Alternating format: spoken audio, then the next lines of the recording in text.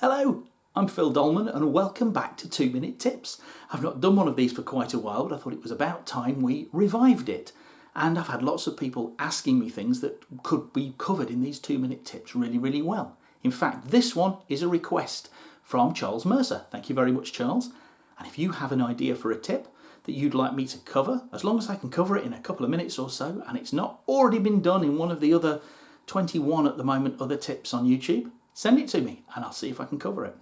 Charles was talking about playing melodies and not having to slide up and down the neck. Here's my tip on how to avoid sliding up and down the neck and find more efficient ways to play melodies. The first thing to know about the ukulele is that on every string you will get to a point where you're playing notes that exist on another string. Now, for the purposes of this tip, I'm going to ignore the G string because a lot of people have a high G. If you have a low G, you can explore that as well. But for now, we're just going to stick to the top three. If I play my C string and go up one fret at a time, when I get to the fourth fret, that note, E, is the same as my open E string.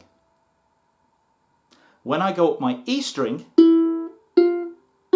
when I get to the fifth fret, that is the same as my open A string. We can use this. If the fourth fret of my C string is the same as my open second string, then one fret up on my C string, the fifth fret, will be the same as one fret up on my E string. They'll both be F. And one fret up above that, the sixth fret on my C string, will be the same as the second fret on my E string. Same thing on our top string, but it's a different gap. It's 5 frets. If the fifth fret of my second string is the same as my first string open, then the sixth fret of my second string will be the same as one fret higher here, the first fret of my A string. And the seventh will be the same as the second, and the eighth will be the same as the third.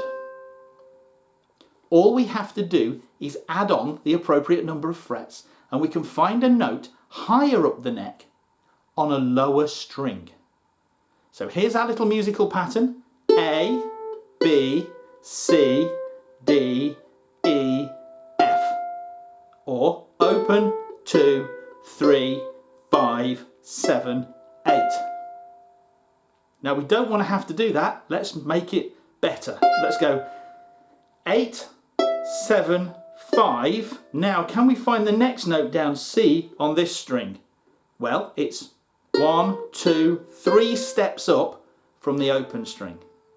We know that the open string note is the same as the fifth fret of the string below. So if I count the same number up, 1, 2, 3, that note, I can check, the 8th fret there is the same as the 3rd fret there. So now I can go, and then I can find my B. Well, that's just one step below the C, so I'll just go down one step below the C there, and then my A is 2 steps below that. We know where it is, it's that 5th fret. And now I have, instead of, and that's just me going up and down. Imagine if the melody darted around between those notes. My hand would be going up and down the neck, and instead, I can mix them all around and they're all there, and I can come up with logical finger patterns to do them with. I hope this tip helps, and I'll see you again very soon for another one. Bye.